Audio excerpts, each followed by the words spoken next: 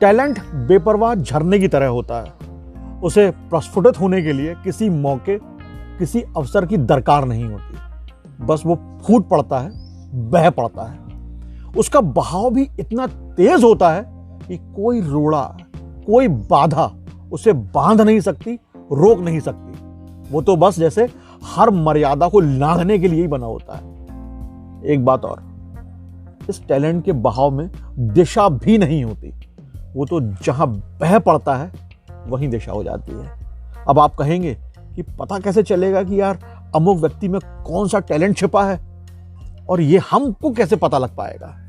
तो इसके लिए कुछ करने की जरूरत नहीं है। अगर एक वर्ग, वो बड़ा भी हो सकता है, मंझोला भी और छोटा भी, और वो वर्ग आपसे सलाहियत लेने लगे और उस सलाहियत को मानने भी लगे, तो मान लीजिए कि आप में या किसी व्यक्ति में कुछ बात है। नमस्कार दोस्तों, मैं अतुल हूं। हर शनिवार की तरह इस बार भी आपको कहानी सुनाने का वादा है, और आज सुना रहा हूं एक ऐसे टैलेंट की कहानी जिसके औरे ने अपने इलाके में कभी गजब ढाया था। आज सुना रहा हूं ऐसे ही एक चिर युवा की कहानी जिसके मोहल्ले से लेकर पूरे शहर भर में चाहने वाले थे। आज सुनिए एक पप्पू की कहानी। पप्पू मेरे अजीज दोस्त हैं, मैं सालों से उसके घर से जुड़ा हूं। आज की खास बात यह है कहानी की, ये कहानी मैंने ट्रेन में लिखी है और इसे मैं सुना रहा हूं अपने गांव शोभापुर में। शोभापुर पिपरिया के पास है, वही पिपरिया जहां स्टेशन पर लिखा है पचमढ़ी जाने के लिए यहां उतरे। तो पचमढ़ी स्टेशन से 10 किलोमीटर दूर शोभापुर। एक जरूरी काम से मैं गांव में आया था, सोचा कि यही कहानी हो जाए। नीम के पेड़ के नीचे बैठा हूं घर में, बिही, आंवले, नींबू के पेड़ लगे हैं, सामने स्कूल है, पक्षियों की आवाजें आ रही हैं, बेहतरीन टाइप की हवा चल रही है। तो कहानी कंटिन्यू करते हैं। मैं जयप्रकाश नगर में रहता था और पप्पू शुरुआत में गुजराती मोहल्ले में। गुजराती मोहल्ला जयप्रकाश से ही जुड़ा था। जुड़ा क्या, यूं समझिए एक ही गलियां थी। मेरा कजन बबी, जो इस दुनिया में नहीं है, वो और पप्पू कभी NIIT में कंप्यूटर क्लास जाया करते थे। पप्पू के पास एक स्कूटर हुआ करती थी, बजाज FE, लंबी सीट वाली। बबी के पास हीरो पुक थी। ये दोनों ही गाड़ियां अब लुप्त प्राय हो चुकी हैं। पप्पू से मेरी शुरुआती पहचान हो चुकी थी। पप्पू दिखने में भी अच्छे थे। हालांकि बबी ने पहले बता दिया था कि अबे पप्पू गजब का टैलेंटेड आदमी है, तो अपन मिलने के लिए और थोड़े से ललायत हो गए थे। पप्पू के घर आने जाना शुरू हो गया। इससे पहले मेरी मुलाकातें हो चुकी थी, लेकिन थोड़ी सी वो बॉन्डिंग टाइप की नहीं आ पाई थी। हम लोग पप्पू के गुजराती मोहल्ले वाले घर गए। 3 मंजिला बिल्डिंग थी, अभी भी है। पप्पू का घर ग्राउंड फ्लोर पर था। मुझे पहली बार में यही लगा कि पप्पू की ही बिल्डिंग है, यानी पप्पू ही बिल्डिंग के मालिक हैं। और यह सोचना इसलिए गलत नहीं था कि पप्पू का ऑरा ही कुछ इस तरह का था कि मैं यही सोच सकता था। काफी बाद में खुलासा हुआ कि पप्पू भाई वहां किराए से रहते थे। बाद में पप्पू लोगों ने जयप्रकाश नगर में ही घर बना लिया, और फिर उस घर की तो कोई बात ही नहीं। अब गुजराती मोहल्ले के नाम से ऐसा लगता है जैसे यहाँ गुजराती रहते हैं, पर यकीन मानिए सब छलावा है। यहाँ बागड़ी नामक प्रजाति के लोग रहते हैं। ये लोग कपड़े का धंधा करते हैं, यानी पुराने कपड़ों को ठीक ठाक करके बेचते हैं। कभी घरों में कपड़े लेकर बर्तन देने वालियां आया करती थी, याद होगा आप लोगों को, जो छोटे से लोटे या गिलास के बदले आपके घर के ढेर सारे कपड़े ले जाती थी, और उस पर भी वो कहती थी अबे और दे दो, अबे और दे दो, यानी और दे दो कपड़े, और आप हंसी खुशी दे भी देते थे। ये बर्तन वालियां ही बागड़ी थी। बागड़ी वही बर्तन वालियां होती थी। इसका खुलासा भी पप्पू के मोहल्ले में जाने के बाद ही हुआ। तब पता लगा कि अच्छा ये वही लोग हैं। गुजराती मोहल्ले में ही पप्पू की जबरदस्त साख थी। पप्पू इंटेलिजेंट था, सो वहां के घरों की समस्याएं, लड़कों के लफड़े पप्पू के ही जिम्मे आते थे। एक बाबा जी भी थे, वो पप्पू के फैन थे। उनके पूरे किस्से पप्पू के पास थे।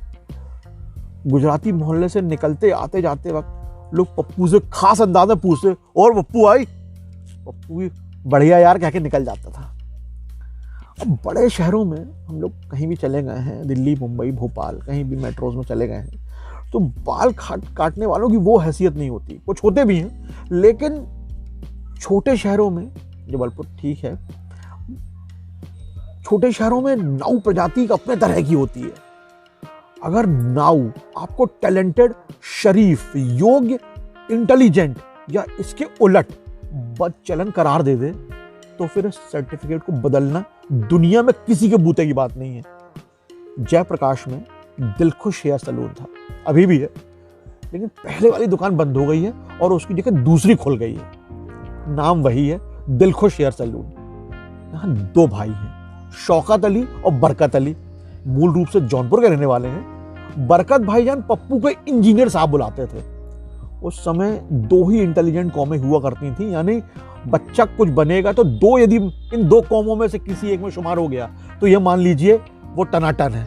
और वो दो कौमें थी, डॉक्टर और इंजीनियर। पप्पू को इंजीनियर उपाधि से नवाजा गया था। पप्पू शायद इसी उपाधि के लायक भी थे। पूरे इलाके में पप्पू की तूती टाइप की बोलती थी। रेस्टोरेंट हो, स्पेयर पार्ट्स की दुकान हो, फोटोग्राफर हो, चाट फुल्की वाले हो, पप्पू भाई का हर जगह दखल था। बल्कि ये कह लीजिए कि एक जलवा टाइप का था।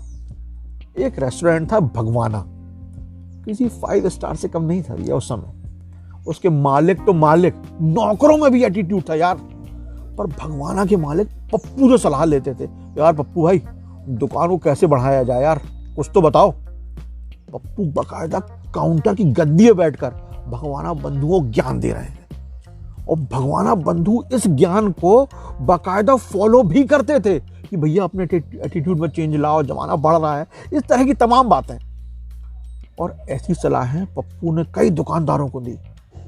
एक फोटोग्राफर ने तो पप्पू के फोटो खींचकर अपने हाथ साफ किए और आज ठीक ठाक हैं वो। पप्पू गली से निकलना हुआ और उधर अब्बू भाई ने आवाज लगाई, अरे पप्पू आओ यार जरा एक स्नैप उतार दें यार। एक दौलत चाट वाले थे, वो ही पप्पू के मुरीद थे, वहीं गुजराती मोहल्ले में रहते थे। ईश्वर उनकी आत्मा को शांति दे, वो रहे नहीं। और जैसे ही पप्पू भाई निकले तो दौलत भाई पप्पू को इनवाइट कर लेते थे।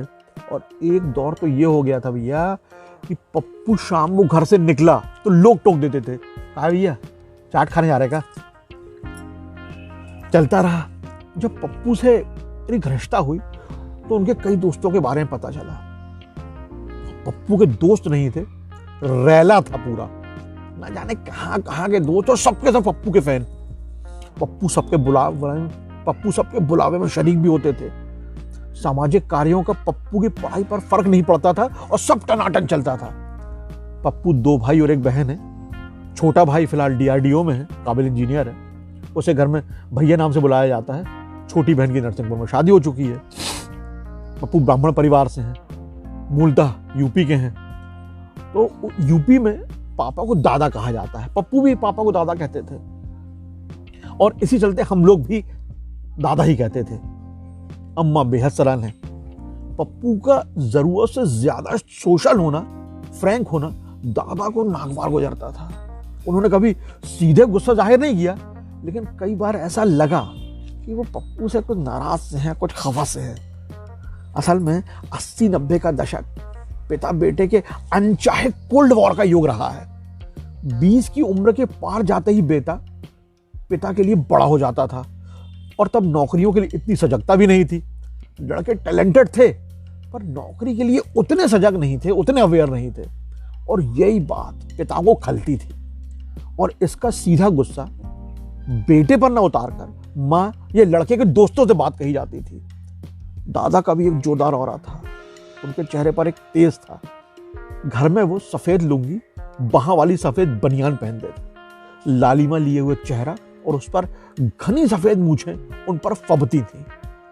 जब दादा घर पर होते तो हम लोग उनको प्रणाम करने के बाद थोड़ा सा बैकफुट पर ही होते थे कि यार कि दादा का सम्मान है, मतलब थोड़ा चुप रहना है। पर पप्पू पप्पू कहाँ मानने वाले हैं। दादा के सामने ही भैया कारस्तानियां जारी रहती थी। दादा तमतमाते थे लेकिन पप्पू पर कोई फर्क नहीं पड़ रहा है। एक बार अम्मा ने पप्पू से कहा, भैया बिजली का बिल जमा कराओ, नहीं हुआ तो दादा गाड़ी दें। पप्पू ने हम लोगों की तरफ देखते हुए अम्मा की ये बात करीब करीब अनसुनी सी कर दी और चेहरे पर वही भाव था, जब मन होगा बिल जमा कर दिया जाएगा। पप्पू की कई सब्जेक्ट में महारत थी, धर्म, दर्शन, विज्ञान, इतिहास। हम लोग साथ में हिस्ट्री पढ़ते थे। अब यूं कहें कि पप्पू पढ़ाने जैसी भूमिका में था। एक दिन दोपहर में पढ़ते पढ़ते थोड़ी बोरियत होने लगी। मैं बबी, पप्पू और भैया प्लास्टिक बॉल से क्रिकेट खेलने की योजना बनी। 4 लोगों में 2 टीम बन गई। पप्पू के आंगन में खेल शुरू हो गया। बहुत मजा भी आया। अब ये 4 लोगों का क्रिकेट कालांतर में 20 लड़कों के क्रिकेट में तब्दील हो गया। पप्पू ने कई दोस्तों को न्योता दे दिया, यार अपने यहाँ जोरदार क्रिकेट होता है। अब पप्पू का हुक्म, पप्पू का आदेश, लड़के जमा हो गए। शाम का समय फिक्स हो गया। भैया के दोस्त भी आते थे। चिल्ला चोट, गाली गलौज सब हो रही है। अम्मा अंदर ही रहती थी, छोटी सिस्टर भी अंदर ही रहती थी, हम लोग बाहर धमा चौकड़ी मचाए हैं। जब दादा घर पर होते थे तब भी पप्पू ने क्रिकेट खेलना जारी रखने का फैसला कर लिया था। अब दादा घर पे हैं, चिल्लपो मची है, क्रिकेट चल रहा है, एक एक रन, एक एक विकेट के लिए मार काट मची है। दादा कुछ बोल नहीं रहे थे, बोलते नहीं थे, लेकिन उनके चेहरे के भाव सब कुछ बयां करते थे। वो कभी भाई खेल चल रहा है, बीच में भी भाई निकलते भी थे। हम लोग चाहते थे कि खेल बंद हो, लेकिन पप्पू नहीं चाहता था। पप्पू की सबसे बेपरवाह है। आउट होना पप्पू के लिए नागवार था। आउट होने के बाद पप्पू सरिये पर बैट मारते हुए ये कहता था, यार सड़ी बॉल पे आउट हो गए। इस चक्कर में सरिये पर बैट मारने के चक्कर 3-4 बैट सुहा हो गए हम लोगों के। इसके बाद भैया जब भी पप्पू आउट होता तो 2-3 लड़के उसको पकड़ने के लिए दौड़ते थे और सब यही कहते, भाई रिलैक्स, कुछ नहीं हुआ। पप्पू को एक तरह के अलालपन से बहुत प्यार था। अलालपन यानी आलस। पप्पू ने भविष्य में आलस को जीने के लिए एक बकायदा डिजाइन तैयार किया था। गुरु ऐसा होगा, ऐसा होगा, घर बड़ा, 3-4 नौकर, पैर फैले, शरबत, चाय, पानी, कुछ साला पैर नहीं हिलाना और सब अपने आप हो जाए। पप्पू के अलालपन से दादा भी परेशान थे।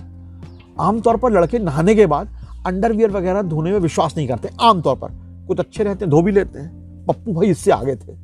वो एक बार 5 दिन रोज नहाकर बाहर निकला और अंडरवियर बाथरूम में पड़ी रही। ये बात दादा ने बताई। पप्पू के आलस को बयां करते हुए उन्होंने अपनी स्टाइल में कहा, इसका पप्पू नाम हो गया, समझो पैदा होते ही लाल हो गया। जो आदमी 5 दिन में चड्डी ना धोए उसको आप क्या कहोगे यार, बातें करवा लो। इसी तरह पप्पू के एक बार भैया अखंड रामायण थी। अब रात में हम लोगों ने पढ़ने के बाद डिसाइड किया सुबह भी कुछ दोहे पढ़ लिए जाएंगे। तो सुबह भी हम लोग करीब 8:30-9 बजे पहुंचे तो रामायण हो ही रही थी ही, वो उन्हीं ही थी। पप्पू घर के बाहर तख्त पर बैठे कुछ लोगों को ज्ञान दे रहा था और लोग भी सुन रहे थे। और पप्पू का ड्रेसअप भी गजब, बनियान पहने हुए था और सीने से चद्दर लपेटा था, क्योंकि रात को ही चद्दर ओढ़कर सो गया था, सुबह 4 बजे सोया था। अब सुबह बरमूडा या लोअर पहनने की जहमत कौन उठाए, इसलिए उसे चद्दर ही लपेट लिया। इधर पप्पू का ज्ञान, उधर दादा का गुस्सा। दादा ने फिर हम लोगों से कहा, इसको देखो, ये देख लो, ना खुद रामायण पढ़ रहा है और ना दूसरों को पढ़ने दे रहा है। जो रामायण पढ़ने आए हैं उनको ज्ञान दे रहा है, बस यही करवा लो इनसे। आज पप्पू इंदौर की एक नामचीन कोचिंग में पीएससी यूपीएससी के लिए पढ़ाता है। उसके ज्ञान दर्शन का आज भी, पहले भी कोई नहीं था और आज भी कोई सानी नहीं। यूं तो पप्पू ने कई ट्रेजेडी झेली हैं, पर जो मुझे याद है कि जबलपुर में स्कूल में उसका गलत बर्थ ईयर लग गया। इस वजह से यूपीएससी का एक अटेम्प्ट ओवर एज होने के चलते नहीं दे पाया, वो भी किसी और की गलती की वजह से। पर मौज मस्ती में कोई कमी नहीं आई। हम लोग जब भी इस बारे में कुछ दुख जताएं, कुछ यार सैड फील करें, तो यही कहता था कि यार हो गया बे, ध्यान दो कहाँ लगे। आज भी कई विसंगतियों के बीच वही अल्लड़पन पूरी मुस्तैदी से विद्यमान। पप्पू से आज भी जब बात होती है तो भले ही 5 मिनट क्यों ना हो, कहीं महीनों बाद ही क्यों ना हो, एक जिंदगी जीने का एहसास होता है। बस यही थी आज की कहानी। दोस्तों, जिंदगी किसी के हिसाब से नहीं चलती है, उसकी अपनी कहानी है। कोई इसे भाग्य का लेखा, तो कोई प्रारब्ध, कोई नियति, तो कोई विधि का विधान कहता है। सच यही है कि जो आपकी स्क्रिप्ट है उसे जीते हुए आप कितना खुश रहते हैं। हम अक्सर सोचते हैं कि ऐसा होता तो यार कितना अच्छा होता है। सोचने से कुछ हो जाए यार, ये तो असंभव ही है। बेहतर ये है कि जो आपका है उसे लगातार मांझा जाए, विचारों को कार्य रूप में लाया जाए और जो कर सकते हैं उसे तो जरूर ही किया जाए। ज़्यादा ज्ञानवाड़ी हो गई तो माफ़ी चाहता हूँ। अगले शनिवार शाम 6 बजे आनी के YouTube चैनल पर एक नई कहानी लेकर आऊँगा। तब तक स्वस्थ रहिए, खुश रहिए, अपनों के साथ रहिए और सुनते रहिए मुझे यानी अतुल को। कहानियाँ अच्छी लगती हों तो हमारा YouTube चैनल ज़रूर सब्सक्राइब कीजिएगा और अपनों से भी करवाइएगा। जय हिंद।